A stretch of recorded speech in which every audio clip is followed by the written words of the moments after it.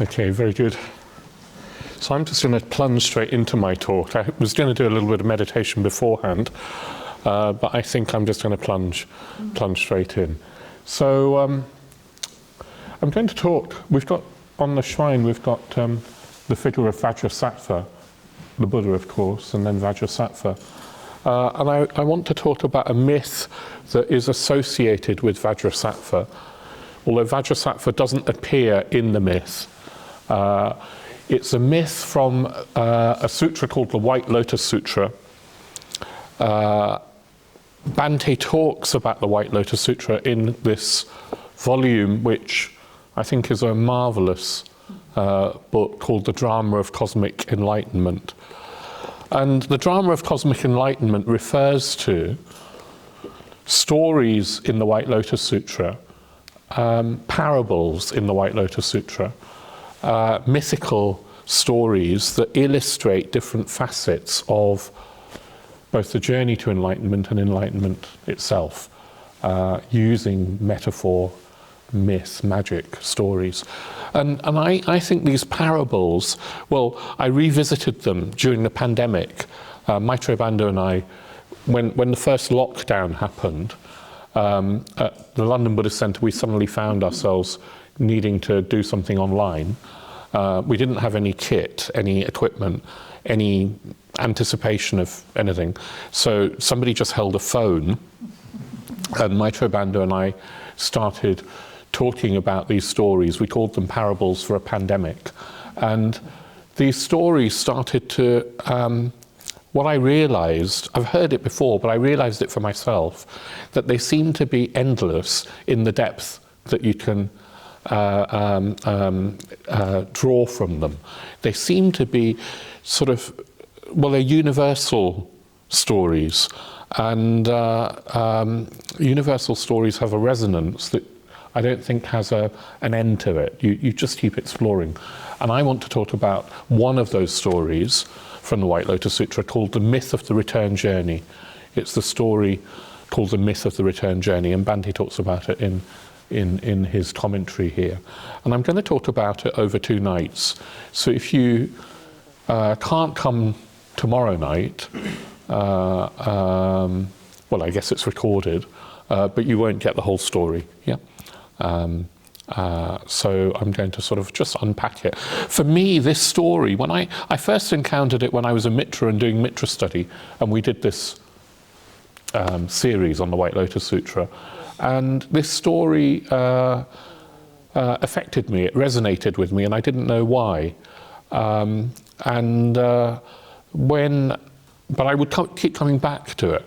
And then when I was ordained, I was given the Vajrasattva sadhana practice. And again, I had asked for it, but I didn't really know why. Over time, I think it's not so much that I understood, but the resonances of this story became more apparent to me as I did the Vajrasattva practice.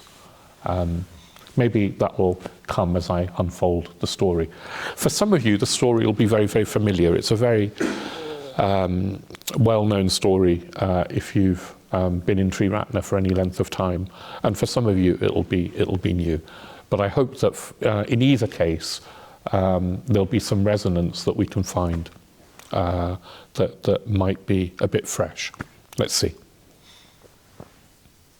Another reason why I wanted to talk about this, well, what came to me was Maitreya Bandhu and I have been trying to write a book about myth. Maitreya Bandhu is a very good friend of mine, and we live in the same community, have done for 30 years. We thought we'd write a book together about the 4 myths of the spiritual life. I can't go into them very much. Well, no, I will. Maybe I'll say there's a myth. Myth isn't the right word, and that's partly what we've stumbled over. But you could say a view or an approach to the Dharma life. One view is that you move towards enlightenment through your own efforts. You grow through striving and self-power, you could say, effort. You have to make an effort to meditate, to practice the precepts, to study the Dharma, to just keep turning up, putting yourself in conditions where you can grow. And this myth you could call development. It's the myth of development. But then there's an alternative sounds wrong actually, there's another approach to the Dharma life, which is more to do with receptivity to the Buddhas, to enlightenment, to reality, to absolute reality, where you open up and try and, as it were, get out of your own egotistical way. One opens up and receives the blessings of the Buddhas and Bodhisattvas and is guided by them. It's a sort of religious approach that is probably there in all theistic traditions, but it's there in Buddhism as well, even though Buddhism isn't a theistic tradition. And we've called that the myth of surrender, where you open up, serve and receive these blessings in a receptive mode.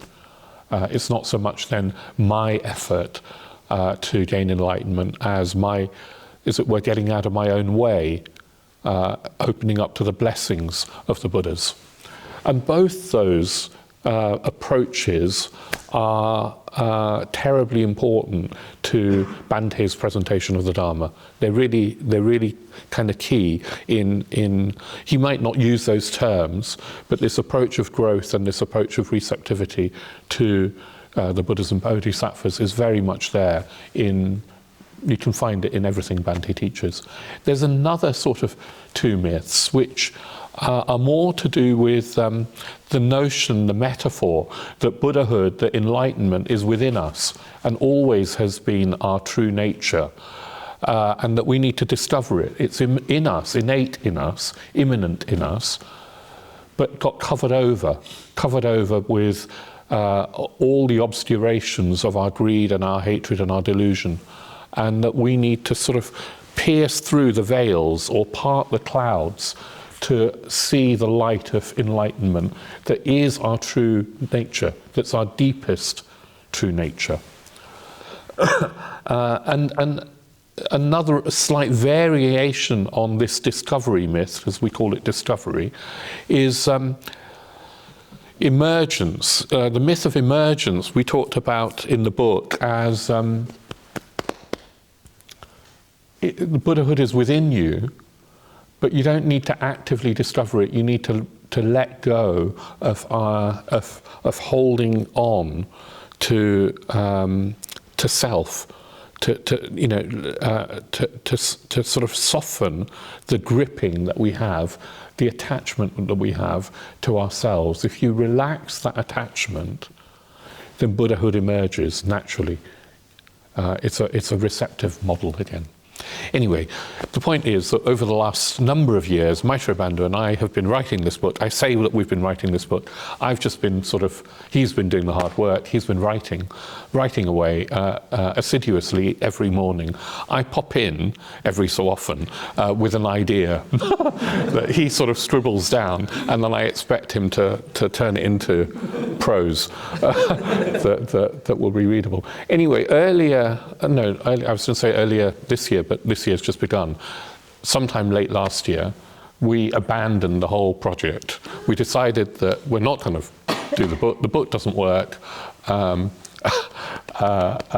It was sort of ill-conceived from the beginning, and we didn't know who we were writing for.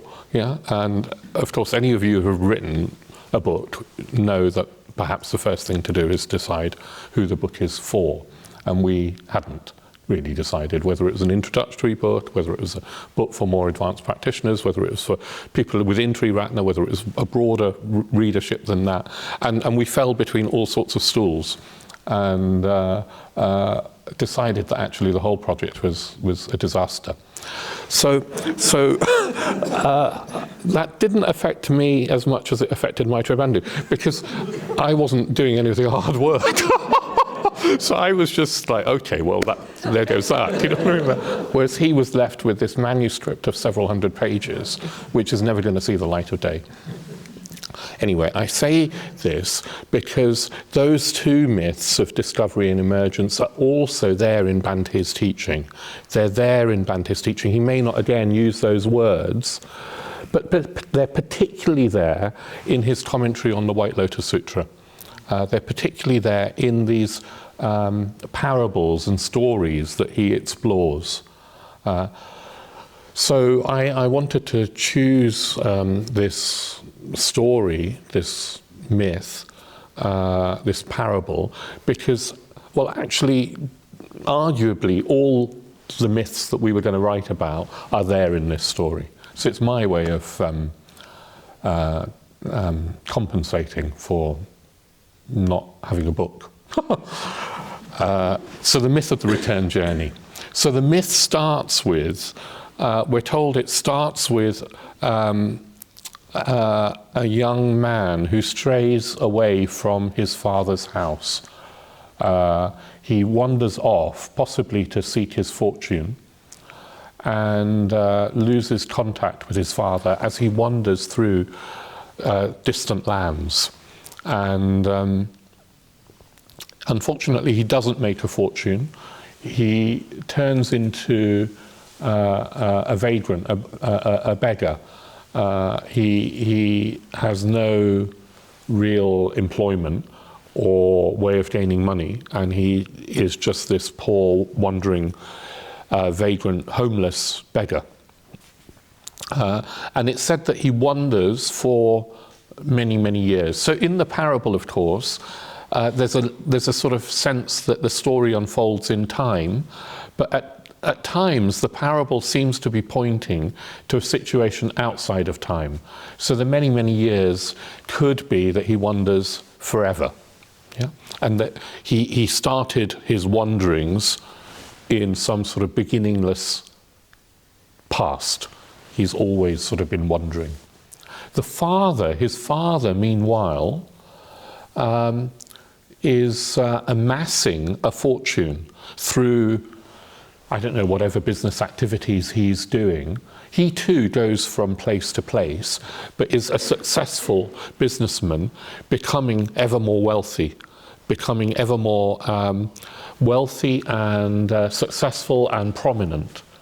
But the father is, he never forgets his son. He's always conscious that his son is out there somewhere, hopefully, and seems to have forgotten him, seems to have wandered off and forgotten him. And it's true, the son has sort of forgotten his father. So Bante talks about this as, he says that the father in this parable represents our higher self. It's an interesting language to use, the higher self, because Buddhism often doesn't want to use the language of self. Self can be a problematic word in Buddhism. But the father, Bante, sort of uses this language, perhaps provocatively, is seen as the higher self, and the son is seen as our lower self. They're aspects of ourselves. And it's as if we, at least our lower selves, which is mostly what we're conscious of, we have wandered off. We have wandered off from our home, our true home, and we're wandering in poverty. We're wandering in this homeless, desperately poor state. Meanwhile, our higher self, which is our true home, is full of riches, full of glory, full of everything that we could possibly yearn for. So it's a lovely, lovely reading of this story, this drama, where the father has not forgotten his son, but the son has forgotten his father. Bante says that it's a bit like the higher self never forgets the lower self. The higher self never loses touch with the lower self, but the lower self has forgotten. We do not, it's like normally we're not aware of you could say who we really are. You could say of our true true nature of our potential. We've forgotten that. It's like we've wandered along the streets of samsara, looking for riches, but have forgotten that the riches are really our own inheritance. They're our own, who we are. Yeah? So as a spiritual parable, I think that's very potent. It speaks to me because, well, as Amrachandra said, from an early age, I had a sense that there was more to life, that I should be doing something, not just me, but that human beings should be doing something meaningful, not just the accumulating more possessions. That didn't really, that wasn't enough. You know, at an early age, I kind of intuited that, and I was looking for those sorts of meaning. I can remember looking in terms of thinking I was a magician, because magicians could make things happen that were beyond the senses. As a 6-year-old, I was I begged my parents for a magic set for Christmas. We didn't really celebrate Christmas. I come from a Hindu kind of background. Didn't celebrate Christmas, but we did get presents at Christmas. And so I sort of asked for a magic set because I was a magician. I was going to be a magician. And I can remember on Christmas morning opening my eyes, and there was this wrapped up box about that big on my chest of drawers, and I was so excited. I ripped open the packaging, and inside there was all sorts of things, but there was a wand, and I immediately went to my sister's room and tried to turn her into a frog or something, and nothing happened. Nothing happened. She seemed to not be affected. And it gradually dawned on me throughout that morning and throughout the day that the magic set was just a box of tricks. It came with an instruction manual, and you could learn to do these little tricks. That was all it was.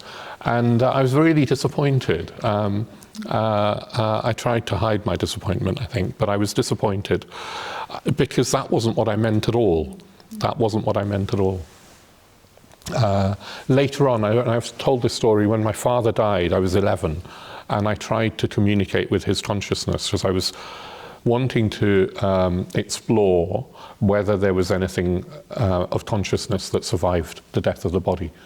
And I think I was in touch with him through partly through a pack of cards. I would ask questions of this deck of cards, and the card would reveal, an answer, a yes or a no, or a don't know. Anyway, that convinced me that there was more. I couldn't understand why adults around me, in the face of death, I was 11, my father had died, how could they just go back to work or talk about their holidays or, I don't know, just do the normal things that we do? How can you just pretend that is what life is when at any moment it can be snuffed out? And I had a sense that this snuffing out wasn't a complete end. So what did that mean about the nature of life? What did that mean for the meaning of life? And I wasn't able to articulate those questions to anybody, probably not even to myself. But I knew from an early age that there was something more. There was something more. So, but I didn't have it, and those around me didn't have it. And later on in my life, I think I lost touch with it.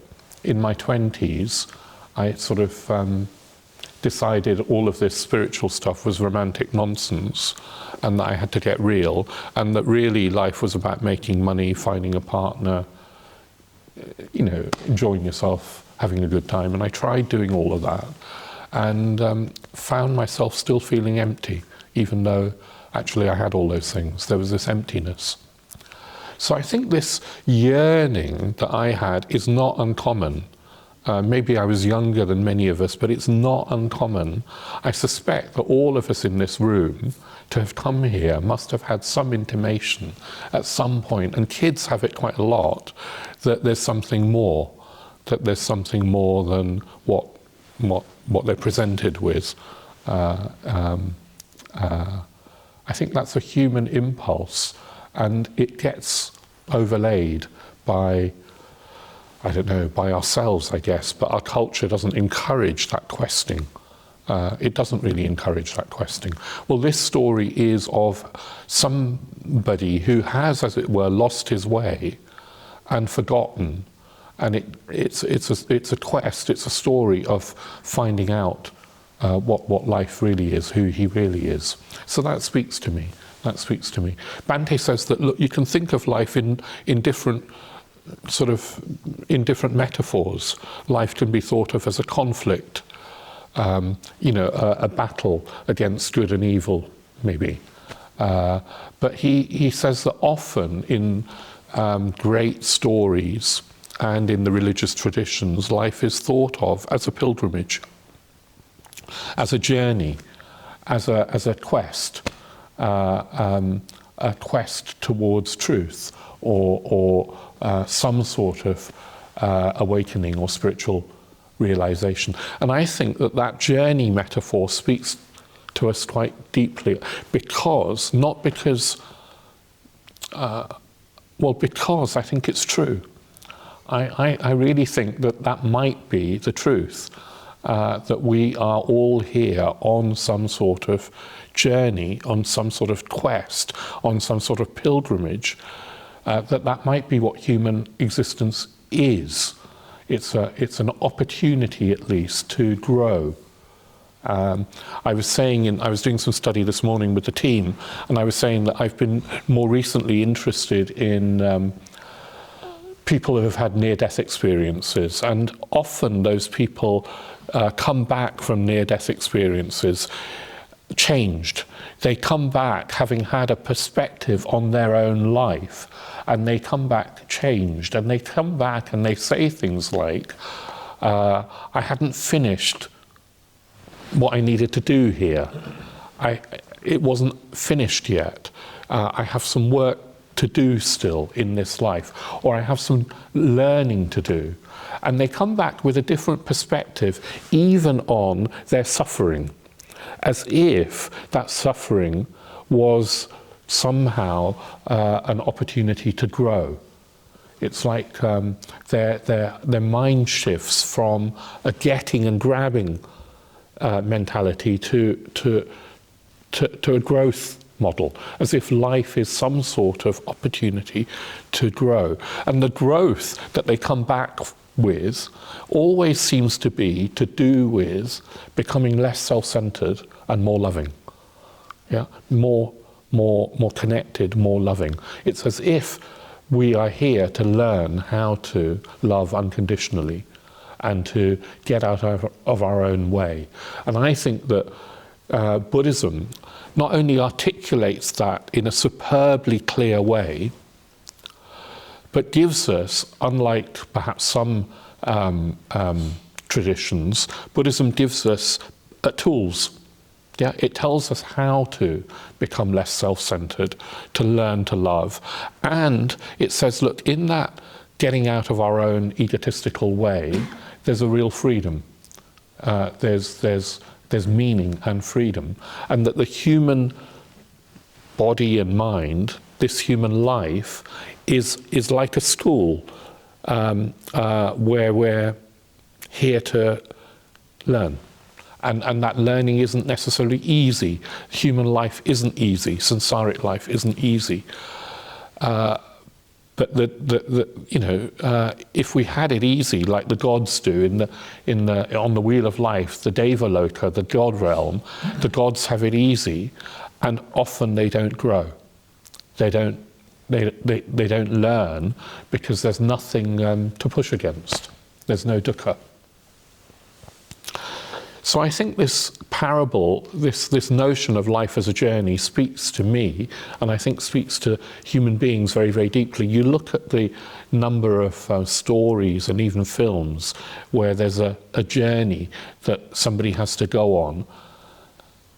You know, most films have some sort of arc. Most stories have an arc.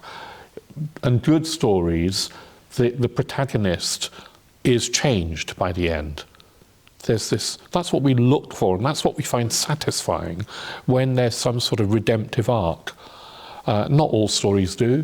Postmodern culture sort of says, oh no, that's all fanciful meaning making that isn't really how things are. There are no meanings. Well, I think there are. The religious instinct tells us that actually there is something about life that is meaningful. Anyway, the son, to go back to the story, has wandered from his father, and he's forgotten his father. He's forgotten his purpose, and he's aimlessly wandering. But the father never loses awareness of the son. So what Bhante says here is that it's like the father, this higher self. You could say higher self, you could say it's a deeper aspect of ourself. It's part of ourselves that is more in touch with reality. And when you start off on the path, that might just be a little intuition that there's more, like it was for me. As you practice, hopefully, that part of you that is in touch with reality strengthens and grows.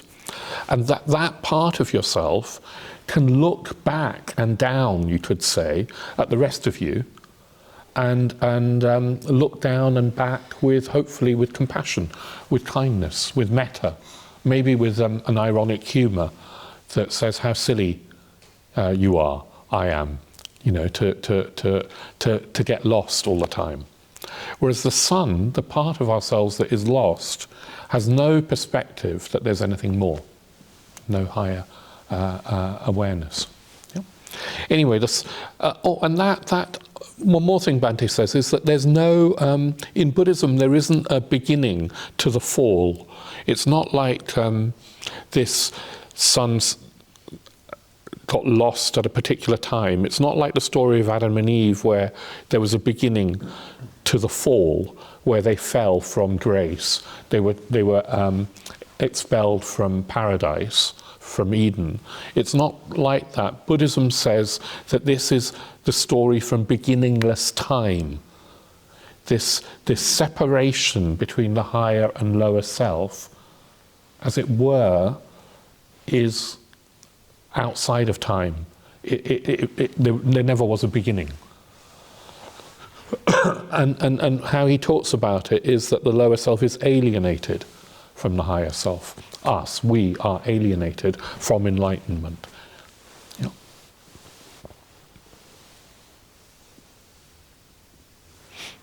Alienated from truth.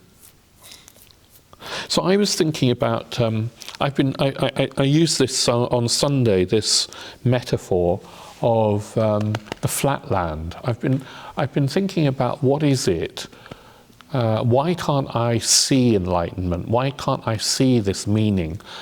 I can intuit it. I have intuited it for most of my life. I've dedicated my life, or most of my life, to trying to realize the truth, this meaning. And still, it's so elusive. It's so elusive. I get little glimpses, and then a lot of the time I forget. I literally forget.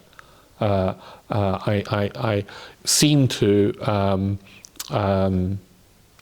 actively forget. I don't know if you do this, but do you actively sometimes turn away from awareness, from being aware, from, you know that actually the good thing to do now would be to do another puja or meditate or something, and you actively ignore that and turn towards some easier pleasure. Yeah, my latest has been on iPlayer, series 2 of The Night Manager, and I'm a bit bereft. It's finished. Yeah, 6 episodes, they've gone, and and I'm anyway. Never mind the night manager.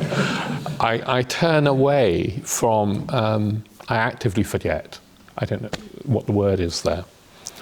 Why do we do that? Why is it so elusive? And what I've been thinking is that, just as an analogy, it's like we're living on a flat land. You know the kind of metaphor of a flat land. So a flat land would be a two-dimensional land, and we are only two-dimensional beings slithering around on this flat surface, completely unaware that there's this other dimension called up. Yeah, because we're flat creatures on this flat land, we don't have the capacity to look up.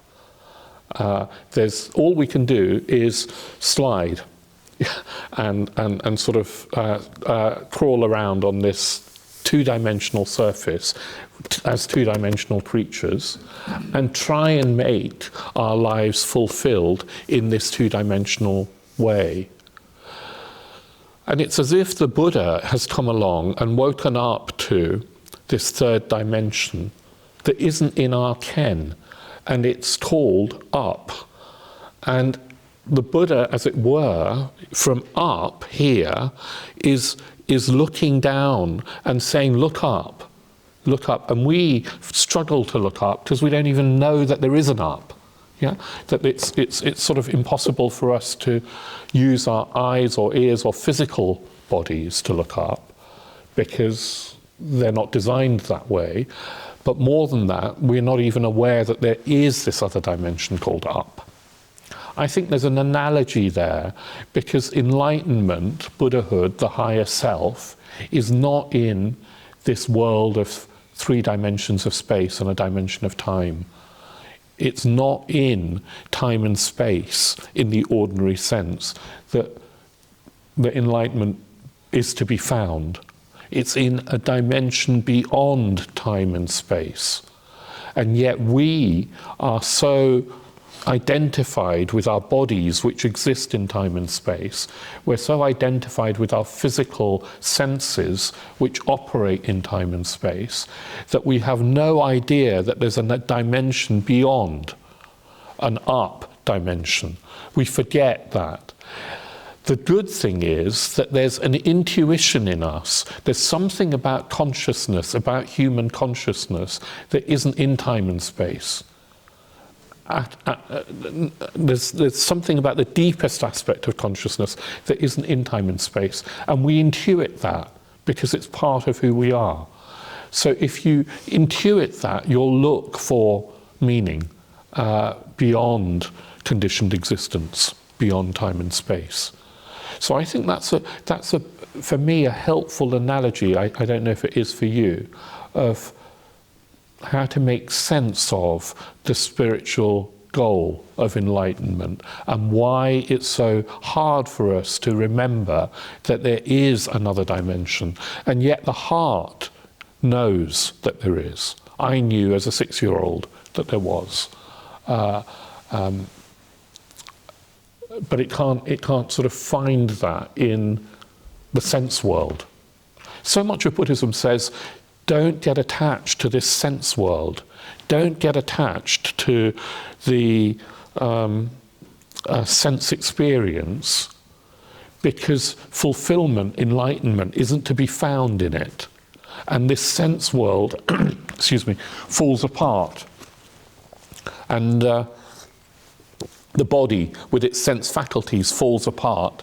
Satisfaction can't fulfillment can't be ultimately found in it. All of that is sort of commonplace Buddhism, but what I think we forget is that the reason that the Buddha's saying that the Dharma's saying that, is because in getting so attached to the sense world, we lose awareness of the up, this other dimension that isn't in the sense world. That's what's happened to this young man. He's wandering in samsara without any recognition of this other dimension, and the father represents that. He represents that.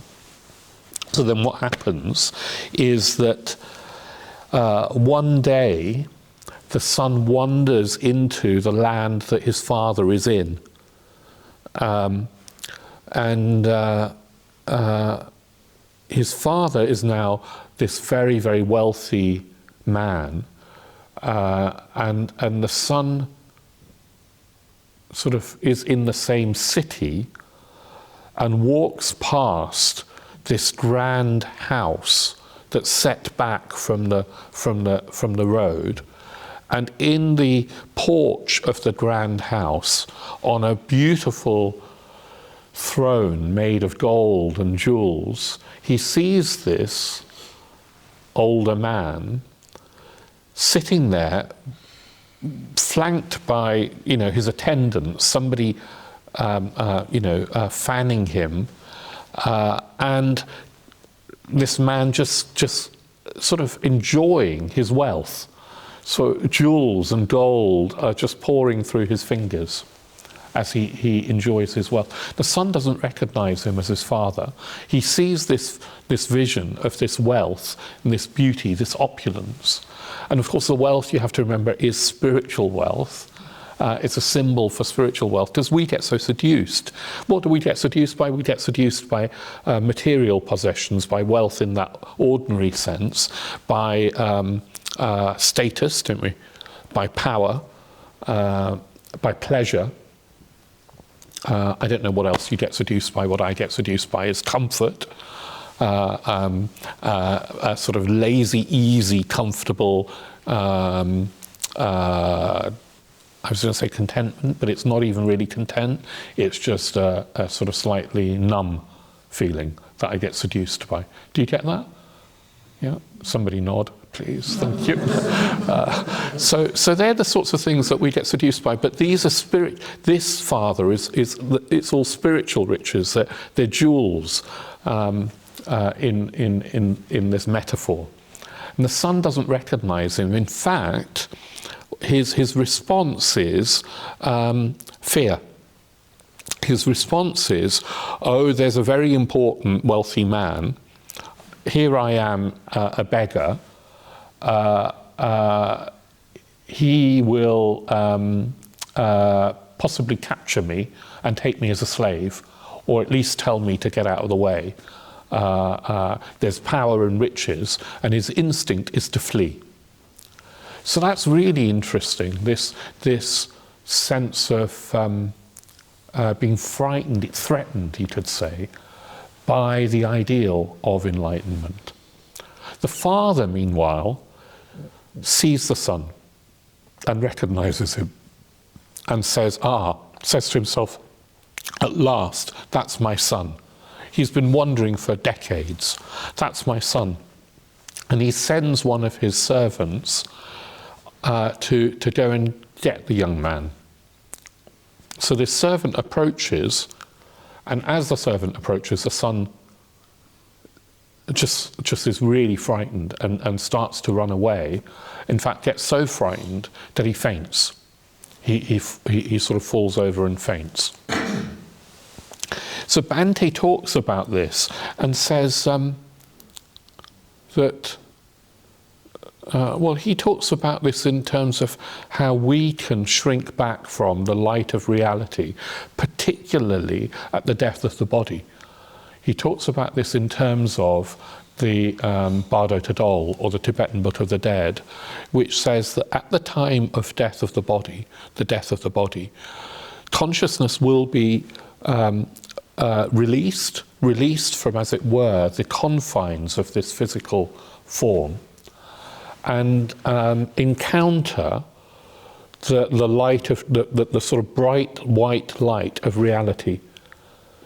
Vajrasattva is that bright white light of reality.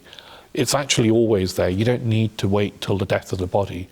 But at the death of the body, because we no longer have physical senses, because everything that we've sort of identified with, if we've identified with the body and with our physical experience, at the death of the body, that's gone. It's like we're naked. Consciousness is naked, and it encounters the naked light of reality, which is wisdom and love. But it shrinks back from that because it can't handle. It's said that it can't handle the power, the brightness of this white light. That we shrink back into a more familiar, cozy kind of, well, it would be a response of wanting the familiar and being safe and cozy. That's what the sun is kind of doing.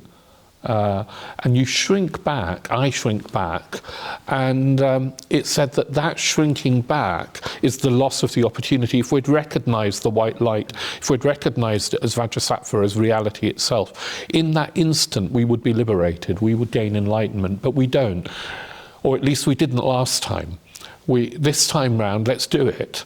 Let's try and commit to taking that opportunity that will arise at the point of death. From that perspective, death could be quite exciting. If you're a Dharma practitioner, I know the Dalai Lama said he was quite looking forward to the opportunity to gain liberation at the moment of death. It's there, but last time I didn't. Yeah, this time maybe. Who knows? Probably I've still got much more work to do. But if you shrink back, it's like well, there's a whole journey in the Bardo Tadol, but you eventually find yourself taking on another body, because that's what's familiar. Do you see what I mean? You can't handle this expansiveness where there's no edge and there's no boundary that you can call you. And so we shrink back into the familiar, which is to take on another life, another body, another form, and then go through the whole cycle again, looking for satisfaction in the sense world where it can't be found, not in a lasting way. So the tragedy is that we don't recognise our true nature.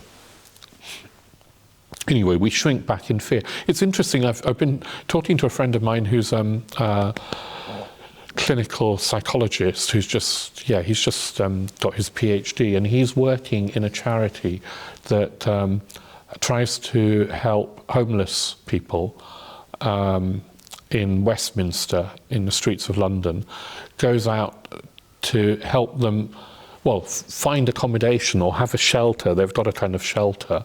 But what he was saying is that they need mental health support, not just food and shelter. They need, because a lot of these homeless people have got mental health issues. And they can house them. And I mean, obviously a limited number, but they can house them in quite nice flats and things. And what he was saying is that these homeless people often struggle. They really struggle with being indoors, yeah, and in a flat, in a house, in a confined space. It feels so unfamiliar. It feels threatening, and they often leave to go back out onto the streets. So there's something about that as an analogy for our condition, that we would rather stay with the familiar, even though it's painful, than have the sort of courage to let go into a transcendental dimension that is very unfamiliar. And the son in the story he can't handle it, he faints. That's what's said to happen to the consciousness after death. If you shrink back and then you enter a womb, you swoon, you faint, you forget everything. Yeah? You forget everything. Has anybody here got any inclinations of previous lives? Have you ever had any sense of a past life? I haven't. And probably most of us have, even if we did have, we would forget it. Some research by a man called Jim Tucker at the University of Virginia into he's done research into children with past life memories, written a book called Return to Life. He's identified a number of cases of children. They're normally under 5 or 6, I think, who remember their previous lives, and some of them are cases where there's evidence that the kid comes out with, I was so-and-so, my name was so-and-so, I died in such and such a way, I lived here, this was my house, or this was my job, or my family. And you can corroborate that. Yeah? So Jim Tucker's done that with some of these cases. Extraordinary cases, which convince me, at least, that these kids are telling the truth. I mean, in the sense that they are recalling a past life. And it turns out that they forget after a certain age. They forget. Maybe you have to forget, in a certain sense, to live this life. It would be really awkward if you were, I don't know, married in a previous life. Do you know what I mean? And hankering after your old partner. It would just be awkward. It would be complicated. That the kids forget. But it's also apparently more likely that they have some memories of past life experiences if they've died in that previous life in an accident, sort of before their time. I think if somebody's died, as it were, before their time, suddenly, unfortunately in an accident, it's like maybe their consciousness is reborn very quickly, and there's some sort of trauma or hangover from that previous life that makes them more likely to remember it in this life. Anyway, usually we forget. Bhante said that Dada Rinpoche, he asked Dada Rinpoche, one of his teachers, if Dada Rinpoche remembered his previous life.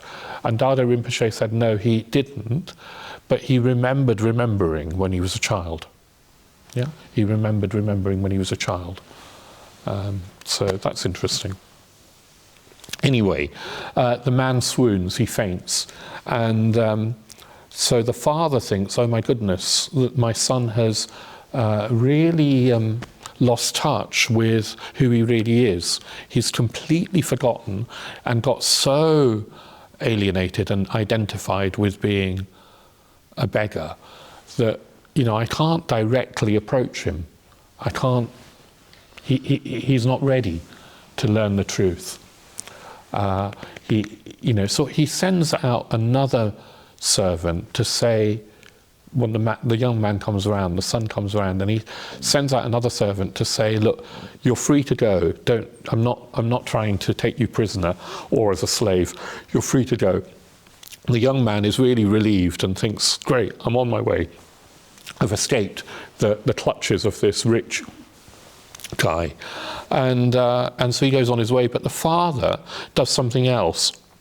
He sends out two other servants dressed quite, I don't know, poorly, sends them out after his son to offer the son employment, to offer him employment. And I'm not going to talk about that. I'm going to start talking about that tomorrow. But what Bhante says is that, look, the son seeing the father for the first time is the start of his return journey. It's the start of his coming back to his true identity, to his true home.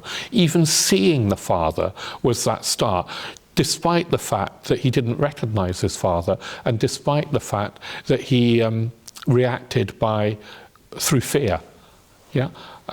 Despite that, it's as if a contact has been made and the return journey has kind of begun.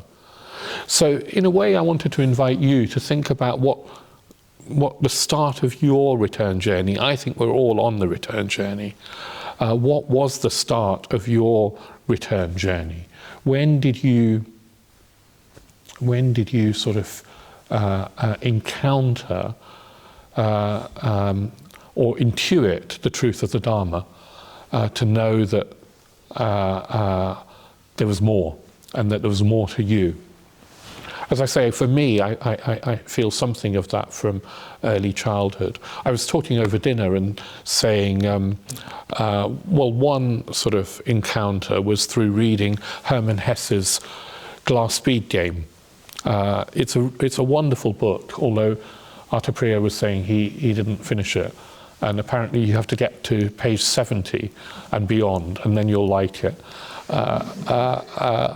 I read that when I was a teenager, and in that glass bead game, there's a religious order. It's a novel about a religious order of monks who are living for the truth and living for higher values like friendship and art and beauty, and music is particularly a theme in the glass bead game. And they meditate and they contemplate. And they form friendships and they play music, and it's beautiful and it's problematic, and the novel goes into some of the tensions in that sort of idyllic mythical land. And I read that probably when I was 14, maybe 15, and I can remember thinking, if only there was a religious order like this, if only there was a spiritual movement like this, if there was an order like this in the world, I would give my life to it. And I think in that aspiration, in that, because it was, I can remember the moment, I was lying in bed reading, and it was a heartfelt yearning. If only, you know, if I really want a community, an order like this. And I think that that might have been, for me, the start.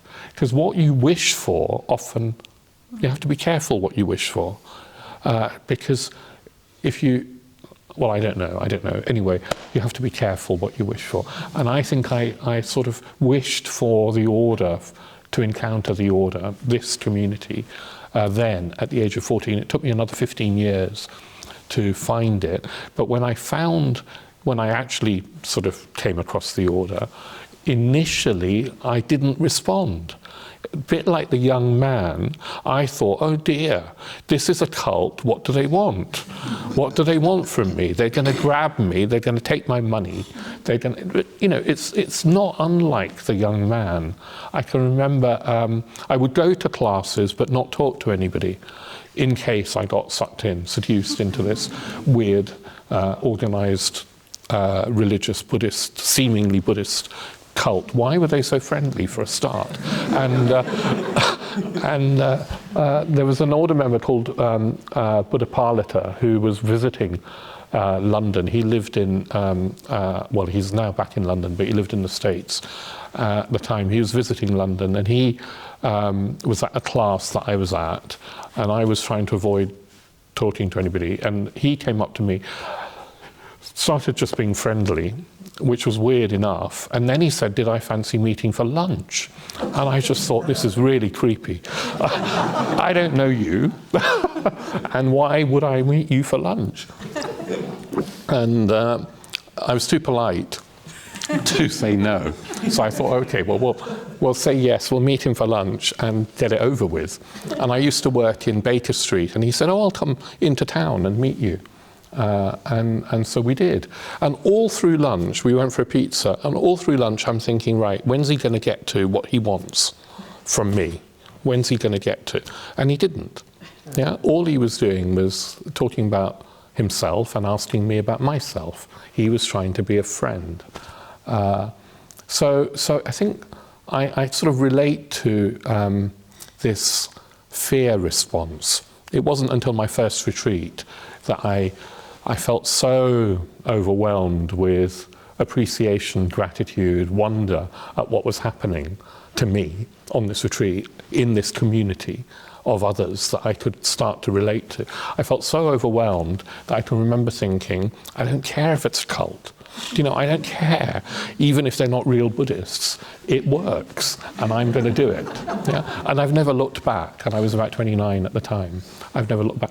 So, but anyway, where was the start of your return journey? The reason I want you to, well, I'm encouraging you to think about that is I think those early encounters, early intuitions are precious. There's a purity about them. There's a certain innocent, well, not in a naive way, but there's a purity, well, there might be naivety, but there's a purity in our response that if we're not careful, gets sort of sullied. I've now been in the order, I don't know, coming on to 30 years, not quite. And the order is not perfect. Our Sangha is not perfect. Nod if you know that. It's so easy to focus on the imperfections. It's so easy to focus on the disharmony imperfections, how we fall short of the vision all the time.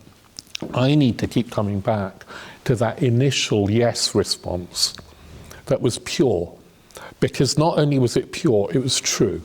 It was a response to the Dharma, and it was a response to the best in our Sangha. And I think if we can keep coming back and holding on to that, so many of the issues that we have, the fallings out, the disputes, the not getting on with each other, or things not working, so many of those, I'm not saying they'd go away, but they'd be put in their proper context, which is that we are inordinately, infinitely rich. We're incredibly fortunate to have found the Dharma. I mean, more than we know, more than I know, we are, we're in possession of something priceless. Bhante has given us, through teaching, well, the White Lotus Sutra, but so much else, he's given us something priceless. And often I forget that. Yeah? Often I turn away. The forgetting doesn't happen just once. It's a constant forgetting. It's like, yeah, well, I'll come back to that maybe. It's a constant forgetting and a constant remembering and a constant seeing of the truth. Hopefully, the son encountering the father, witnessing the riches. Of course, he doesn't know that that's his father, that those riches are really his. He doesn't know that, but that seeing is the start, is the start. And once you've started, you can't, well, you ought not to, well, I hope we don't ever stop, despite the repeated forgetting. Once you've started, it would be tragic to stop. Once you're on that journey, there's a sort of tragedy if you stop. People do. I've met so many people who have responded to the Dharma and then forgotten at some point. Sometimes you meet them in the order. They forget that they need good conditions. They forget to go on retreat. They lose contact with their spiritual friends. And then they come back maybe 15 years later and they go on retreat and they think, this is what I'd forgotten. I'd forgotten this. So at least there's a return there. But the tragedy is if you never come back, at least in this life, then I think there's a sort of betrayal of our own potential. And that is, I think, a tragedy. If you carry on this quest, as we'll do tomorrow night, see what happens to the son as he carries on this quest, it doesn't necessarily get easier. When I first came along, I had a little bit of dhyanic experience, and I thought, fantastic, that happened on my first retreat. So it must just get easier and easier and easier, and in 3 years' time I'll be enlightened. Or 4 years, because there's 4 dhyanas and then So, I can remember Ratnaghosa, who used to be the chair here. He used to also be the chair at the London Buddhist Centre. And I said to him, so does it just get better and better? And he said, no. It sort of gets harder as you go along. And I thought, oh, poor man, he doesn't know what he's talking about. It might have got harder for him, but for me, it's just going to be plain sailing. Well, it doesn't. It gets harder, but it gets more, it gets under your skin so that you can't do anything else. Once you've glimpsed meaning, nothing else will do. And I can't now imagine living some other life and pretending that I haven't glimpsed something of the riches of the Dharma. It would be a betrayal of my own values. Apparently, Chogyam Trungpa Rinpoche used to say, if you've not started on the Dharmic path, then don't start. Yeah? If you have started, don't stop. Because it's not easy. sometimes it would be easier just to live a worldly life, or sometimes it would be easier to remain poor, but familiar and comfortable with the familiar. The Dharma life isn't like that. It's a constant adventure, and there's a challenge in that. The return journey isn't done overnight. It's going to be a lifelong journey, probably lifetimes long journey. And I think it is the only thing to do. I think it's the only thing to do with our life. To find out who we really are. In finding out who we really are, you find out also what life really is, what it is to be alive. And the vistas that open up to consciousness when you discover that, and I've just had glimpses, are so extraordinarily beautiful that nothing else is worth doing. So partly I'm just talking to myself because I forget, and hopefully I'm also talking to you and urging you not to forget. And we'll come back tomorrow night and see what happens to the son in this story. I'll leave it there. Thank you.